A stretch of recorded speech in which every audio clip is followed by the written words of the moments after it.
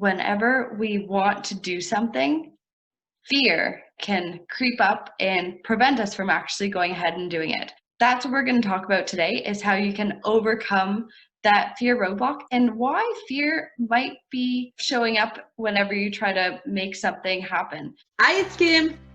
Hi, it's Kristine. We are here to help you navigate change.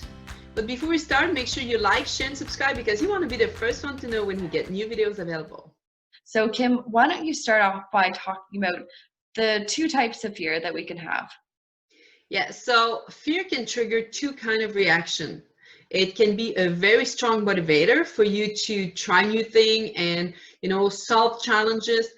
But fear is also a roadblock. So what happens is that fears can freeze your mind, bring you in a different state of mind where everything seems too hard or impossible for you to do. So those are the two possible outcomes when you're facing fear. Successful people tend to use the fear they have as a motivator to take on those challenges they might not feel they could do without that adrenaline and that desire to just break through.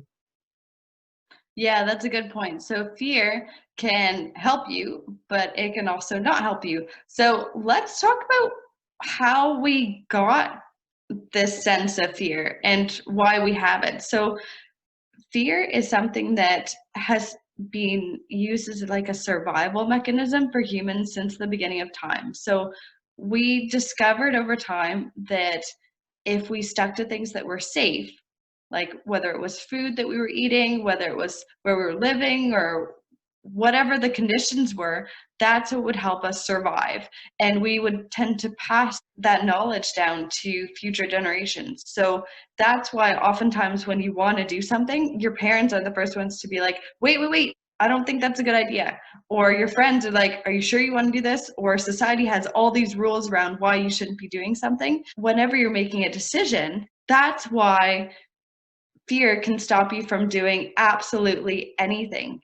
And it's important that, you don't confuse what we're saying with a person having past experience and sharing the knowledge and lesson learned with you. What we're talking about is you have to make sure that that person that's talking to you is not taking your own fear and reflecting it on you. Mm-hmm.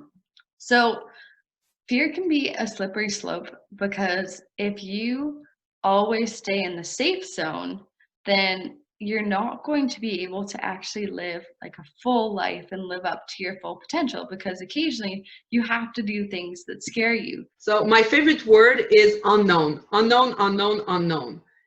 That word is just my biggest motivator because fear always come in the unknown situation. So once you have understood that what is not recognizable to you, what is unknown, is not necessarily negative, you can definitely switch your mind around.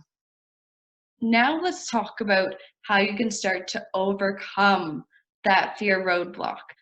Like we mentioned before, yes, there are going to be those warning signs of fear, but fear doesn't necessarily have to be like a stop zone. And it could actually be something that when you overcome it, it helps you get to a better place.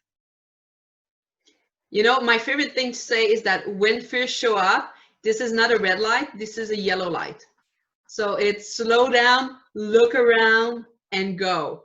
Often when we see fears in our life, it's a red light and we stop and we're like, oh my God. And then we just freeze there, right? So always remember, fears is a yellow light, not a red light. When Kim's talking about it as a yellow light, this is a time where it's great to look at what your fears are and go, is this something that I actually should be scared of? Or is it something that I should actually pursue? Really think about it logically, weigh the pros and cons. If there's a job that you really, really want to go for and you don't know if you're qualified, you know that it would be a big step for you, but you think it could be a really great career move. By not doing it and staying in the safe zone, you'll never know if you could have gone for that job or what it could have been like. By stepping out of your comfort zone and applying for it and even being accepted into that role and having to kind of navigate all those circumstances, it could be an amazing opportunity that is worth your while. It's so true, Kristine, what you just said. It's so powerful. And it's also about risk assessment, right? What's the worst thing that could happen and what's the best thing that could happen? So once you've established that barem of what can happen in the best way and the worst way, you evaluate the risk of that move you're going to do. And just by putting on paper sometime, it really brings your mind to see something tangible and analyze it on a more neutral level than emotionally. We covered a lot today in terms of why people are fearful, the types of fear, like the good fear, the bad fear, and what you can do about it. We hope that you enjoyed this video. If there are any other topics that you want us to cover, please place them in the comment section below. Don't forget to like, share, and subscribe. And we'll see you again soon. Bye. Bye. Usually when we're trying to do something, especially when it comes to like career or relationship, something that isn't going to jeopardize our physical safety, it has to do with the lack of confidence in ourselves and our decision-making skills. So while you're trying to figure out whether or not you should go for something, in addition to that, it would be really great if you did things to improve your confidence in yourself and your decision-making skills. So Kim, do you want to share some tips we have into how you can do that?